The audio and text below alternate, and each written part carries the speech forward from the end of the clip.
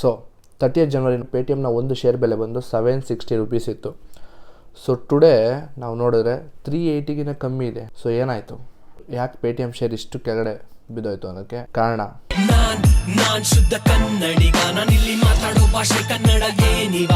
ನಿಮ್ಗೆಲ್ರಿಗೂ ಗ್ಯಾಪ್ನ ಇರೋ 2017 ಒಂದು ವಿಡಿಯೋ ವೈರಲ್ ಆಗುತ್ತೆ.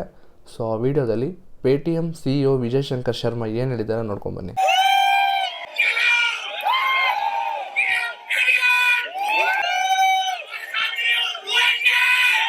ಸೊ ಈ ವಿಡಿಯೋದಲ್ಲಿ ತುಂಬ ಖುಷಿಯಾಗಿ ಹೇ ಪೇಟಿಎಮ್ ಅಂತ ಹೇಳಿದ್ದಾರೆ, ನಮ್ಮ ಜೊತೆ ಯಾರಿಲ್ವೋ ಅವರು ಅಳ್ತಾರೆ ಅಂತ ಒಂದು ಸ್ಟೇಟ್ಮೆಂಟ್ ಕೊಟ್ಟರು. ಸೊ ಈ ಥರ ಕಂಪನಿ ಇಷ್ಟು ಗ್ರೋ ಆಗ್ತಿರ್ಬೇಕಂದ್ರೆ ಸಡನ್ನಾಗಿ ಯಾಕೆ ಕೆಳಗೆ ಬಂತು? ಸೊ ಇದನ್ನು ಅರ್ಥ ಮಾಡ್ಕೊಬೇಕಾದ್ರೆ ನಾವು 2010ಗೆ ಹೋಗಬೇಕು. 2010 ವಿಜಯ್ ಶಂಕರ್ ಪೇಟಿಎಮ್ನ ಸ್ಟಾರ್ಟ್ ಮಾಡ್ತಾರೆ.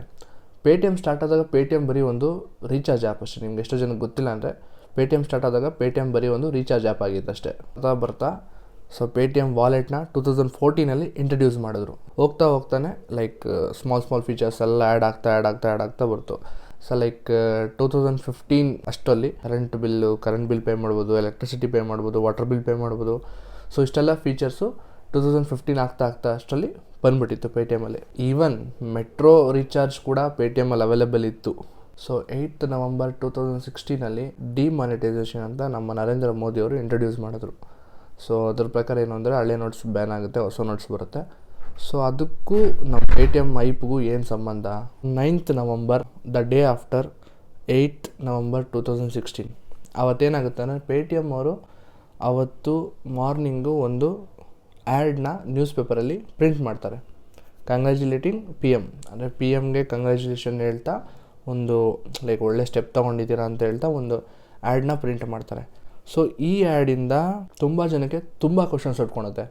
ಸೊ ಮೇಯ್ನ್ ಕ್ವಶನ್ಸ್ ಏನು ಅಂದರೆ 8ನೇ ತಾರೀಕು ಡಿಮಾನಿಟೈಸೇಷನ್ ಆಗಿದೆ, ಅದು ರಾತ್ರಿ 8 ಗಂಟೆಗೆ ಗೊತ್ತಾಗಿ. ರಾತ್ರಿ 8 ಗಂಟೆಗೆ ಅಂದರೆ ನೆಕ್ಸ್ಟ್ ಡೇನೇ ಹೆಂಗೆ ನ್ಯೂಸ್ ಪ್ರಿಂಟ್ ಮಾಡ್ತಾರೆ?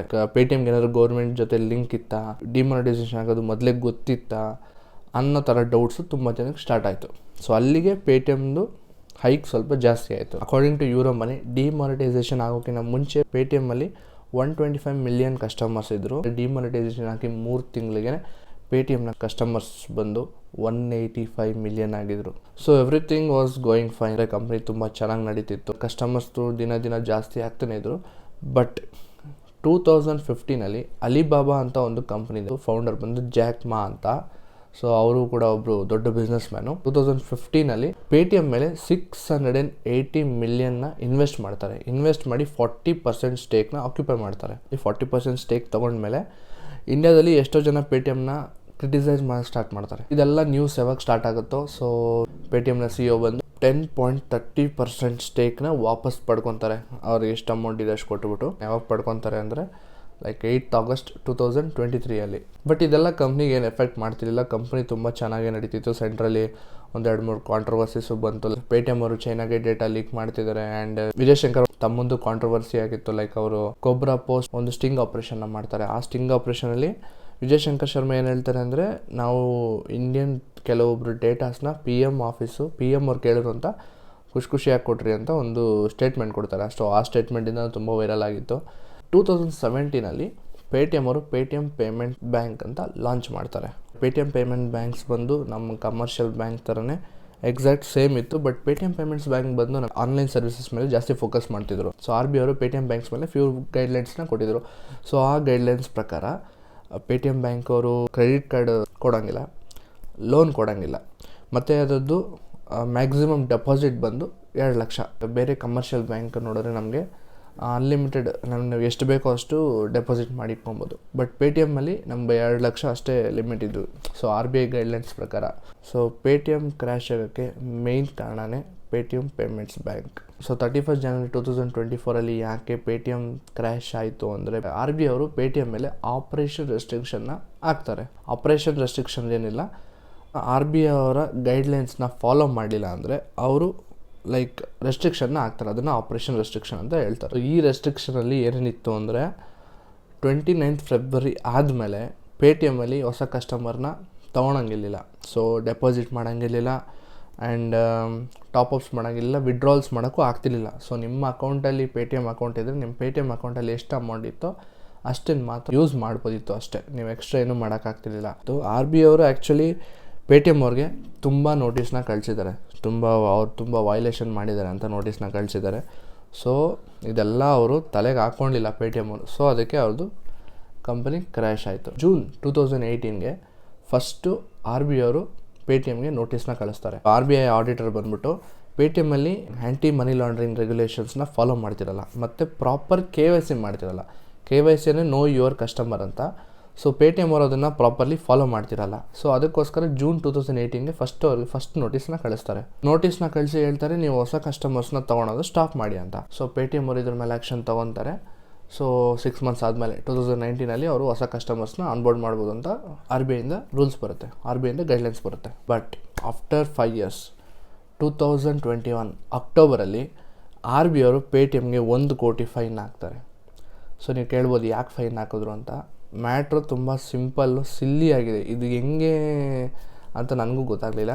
ಸೊ ಪೇಟಿಎಮ್ ಅವರು ಆ್ಯಕ್ಚುಲಿ ಲೈಸೆನ್ಸ್ ಅಪ್ಲಿಕೇಶನ್ ಫಿಲ್ ಮಾಡಬೇಕಂದ್ರೆ ರಾಂಗ್ ಇನ್ಫಾರ್ಮೇಷನ್ನ ಫಿಲ್ ಮಾಡಿ ಮತ್ತು ರಾಂಗ್ ಡಾಕ್ಯುಮೆಂಟ್ಸ್ನ ಸಬ್ಮಿಟ್ ಮಾಡಿದ್ರಂತೆ. ಸೊ ಅದಕ್ಕೆ ಅಕ್ಟೋಬರ್ 2021 1 ಕೋಟಿ ಫೈನ್ನ ಹಾಕ್ತಾರೆ. ಹೆಂಗೆ ಫಿಲ್ ಮಾಡೋ ರಾಂಗ್ ಡಾಕ್ಯುಮೆಂಟ್ಸು? ಅಷ್ಟು ವರ್ಷ ಬೇಕಾಯ್ತಾ ಗೊತ್ತಾಗೋಕ್ಕೆ ರಾಂಗ್ ಇನ್ಫಾರ್ಮೇಷನ್, ರಾಂಗ್ ಡಾಕ್ಯುಮೆಂಟ್ಸ್ ಅಂತ ನಿಮ್ಗೆ ಅನಿಸ್ಬೋದು. ಬಟ್ ಅದು ರೀಸನ್ ಏನು ಅಂತ ನನಗೂ ಗೊತ್ತಿಲ್ಲ. ಸೊ 2021 ಇವ್ರಿಗೆ ಫೈನ್ ಹಾಕ್ತಾರೆ 1 ಕೋಟಿ. ಗೈಡ್ಲೈನ್ಸ್ ಕೊಟ್ಟು ಇಷ್ಟೆಲ್ಲ ನೋಟಿಸ್ ಕೊಟ್ಟು ಇಷ್ಟೆಲ್ಲ ಫೈನ್ ಹಾಕಿದ್ಮೇಲೆ ಯಾವುದೇ ಕಂಪ್ನಿ ಆಗಲಿ ಅದನ್ನು ಮತ್ತೆ ಮಾಡಲ್ಲ. ಪೇಟಿಎಮ್ಮು ಮತ್ತೆ ಅದೇ ತಪ್ಪನ್ನ, ಫಸ್ಟ್ ಏನು ತಪ್ಪು ಮಾಡಿರೋ ಮತ್ತೆ ಅದೇ ತಪ್ಪನ್ನ ಮಾಡ್ತಾ ಹೋದರು. ಸೊ ಅದಕ್ಕೆ ತಿರ್ಗಾ ಆರ್ ಬಿ ಐ ಅವರು ಗೈಡ್ಲೈನ್ಸ್ನ ಕೊಡ್ತಾರೆ, ಪೇಟಿಎಮ್ ಅವರು ಹೊಸ ಕಸ್ಟಮರ್ಸ್ನ ಆನ್ಬೋರ್ಡ್ ಮಾಡೋದು ಸ್ಟಾಪ್ ಮಾಡಬೇಕು ಅಂತ. ಅಕ್ಟೋಬರ್ 2023 ಮತ್ತೆ ಆರ್ ಬಿ ಐ ಅವರು ಪೇಟಿಎಮ್ ಮೇಲೆ 5 crore rupees ಫೈನ್ನ ಹಾಕ್ತಾರೆ. 31st January 2024 ಆದಮೇಲೆ ಹೊಸ ಕಸ್ಟಮರ್ಸ್ನ ಆನ್ಬೋರ್ಡ್ ಮಾಡೋಂಗಿಲ್ಲ ಅಂತ ರೂಲ್ಸ್ ಬರುತ್ತೆ. CNBC ಅವ್ರ ಪ್ರಕಾರ ಪೇಟಿಎಮ್ ಅವರು ಲಕ್ಷಾಂತರ ಜನಕ್ಕೆ KYCನೇ ಮಾಡದೆ ಅಕೌಂಟ್ ಕ್ರಿಯೇಟ್ ಮಾಡಿದ್ದಾರೆ ಅಂತ ಒಂದು ಇನ್ಫಾರ್ಮೇಷನ್ ಇದೆ. ಔಟ್ಲುಕ್ ರಿಪೋರ್ಟ್ ಪ್ರಕಾರ ಪೇಟಿಎಮ್ಮಲ್ಲಿ 35 ಕೋಟಿ ಪೇಟಿಎಮ್ ವ್ಯಾಲೆಟ್ ಇತ್ತಂತೆ. ಆ್ಯಂಡ್ 35 ಕೋಟಿ ಪೇಟಿಎಮ್ ವ್ಯಾಲೆಟಲ್ಲಿ 31 ಕೋಟಿ ಪೇಟಿಎಮ್ ವ್ಯಾಲೆಟ್ ಇನ್ಆ್ಯಕ್ಟಿವ್ ಆಗಿತ್ತು. ಬರೀ 4 ಕೋಟಿ ಪೇಟಿಎಮ್ ವ್ಯಾಲೆಟ್ ಅಷ್ಟೇ ಯೂಸ್ ಆಗ್ತಿದ್ದು. ಆ ಯೂಸ್ ಆಗ್ತಿದ್ದು 4 ಕೋಟಿ ಪೇಟಿಎಮ್ ಅಕೌಂಟಲ್ಲೂ ಮಿನಿಮಮ್ ಬ್ಯಾಲೆನ್ಸ್ ಇರ್ತಿರಲಿಲ್ಲ, ಜಾಸ್ತಿ ಟ್ರಾನ್ಸಾಕ್ಷನ್ ಮಾಡ್ತಿರಲಿಲ್ಲ. ಮೋಸ್ಟ್ಲಿ ಮ್ಯೂಲ್ ಅಕೌಂಟ್ಸ್ ಆಗಿ ಯೂಸ್ ಮಾಡ್ತಿರ್ಬೋದು ಅಂತ ಒಂದು ಡೌಟ್ ಇತ್ತು. ಮ್ಯೂಲ್ ಅಕೌಂಟ್ ಅಂದರೆ it's a type of money laundering account. ಅಂದರೆ ಥರ್ಡ್ ಪಾರ್ಟಿ ಅಕೌಂಟ್. ಸ್ಕ್ಯಾಮರ್ಸಲ್ಲಿ ಯೂಸ್ ಮಾಡ್ತಾರಲ್ಲ ಅಕೌಂಟು, ಸೊ ಅಕೌಂಟ್ನ ಮ್ಯೂಲ್ ಅಕೌಂಟ್ ಅಂತ ಕರೀತಾರೆ. ಸೊ ಈ ಥರ ಮ್ಯೂಲ್ ಅಕೌಂಟ್ ಬಂದು ಪೇಟಿಎಮ್ಮಲ್ಲಿ ತುಂಬ ಕಾಣಿಸಿದೆ. ಈ ನ್ಯೂಸ್ ಯಾವಾಗ ಬಂತೋ 31st January ಆದಮೇಲೆ ಹೊಸ ಕಸ್ಟಮರ್ನ ಆನ್ಬೋರ್ಡ್ ಮಾಡೋಂಗಿಲ್ಲ ಅಂತ. ಸೊ ಅದಾದಮೇಲೆ ಜನ ಏನು ಮಾಡ್ತಾರೆ, ಪೇಟಿಎಮ್ ಯೂಸ್ ಮಾಡ್ತಿದ್ದವರೆಲ್ಲ ಪೇಟಿಎಮ್ಮಿಂದ ದುಡ್ಡನ್ನ ವಿಡ್ರಾ ಮಾಡೋಕ್ಕೆ ಸ್ಟಾರ್ಟ್ ಮಾಡ್ತಾರೆ. ಪೇಟಿಎಮ್ ಶೇರ್ಸ್ ಬಂದು 780 380 ಕಮ್ಮಿ ಬಂದಿರೋ ಕಾರಣ. ಸೊ ಇದೆಲ್ಲ ಆಗ್ತಿದೆ ಅಂದಾಗ CEO ನೋಡ್ಕೊಂಡು ಸುಮ್ಮನೆ ಕೂತ್ಕೊಳಲ್ಲ. ಸೊ ಅವ್ರೇನು ಮಾಡ್ತಾರೆ, ಆ್ಯಡ್ ಕ್ಯಾಂಪೇನ್ನ ಸ್ಟಾರ್ಟ್ ಮಾಡ್ತಾರೆ. ಲೈಕ್ ನಾವು ನಿಮ್ಮ ಜೊತೆ ಇದ್ದೀರಿ, ಏನೂ ಆಗಿಲ್ಲ, ಪೇಟಿಎಮ್ ರನ್ ಆಗುತ್ತೆ, ಆ ಥರ ಈ ಥರ. ಆಮೇಲೆ ಲೇಟರು ವಿಜಯ್ ಶಂಕರ್ ಅವರು ಟ್ವೀಟ್ ಮಾಡ್ತಾರೆ. ಟ್ವೀಟಲ್ಲಿ ಏನಿರುತ್ತೆ ಅಂದರೆ, ನಾವು ನಿಮ್ಮ ಜೊತೆ ಇದ್ದೀರಿ, ನಥಿಂಗ್, ಏನೂ ಆಗಲಿಲ್ಲ ನಮ್ಮ ಪೇಟಿಎಮ್ಮು 29th February ಆದಮೇಲೂ ಹೆಂಗೆ ವರ್ಕ್ ಆಗ್ತಿತ್ತು ಹಂಗೆ ವರ್ಕ್ ಆಗುತ್ತೆ ಅಂತ ಒಂದು ಟ್ವೀಟ್ನ ಮಾಡ್ತಾರೆ. ಪೇಟಿಎಮ್ ಆ್ಯನ್ಯುವಲ್ ರಿಪೋರ್ಟ್ನ ಚೆಕ್ ಮಾಡಿದ್ರೆ ಪೇಟಿಎಮ್ ಫಸ್ಟಿಂದನೂ ಲಾಸ್ ಮಾಡ್ಕೊತಾನೆ ಕಂಪನಿ ಬರ್ತಾ ಇರುತ್ತೆ.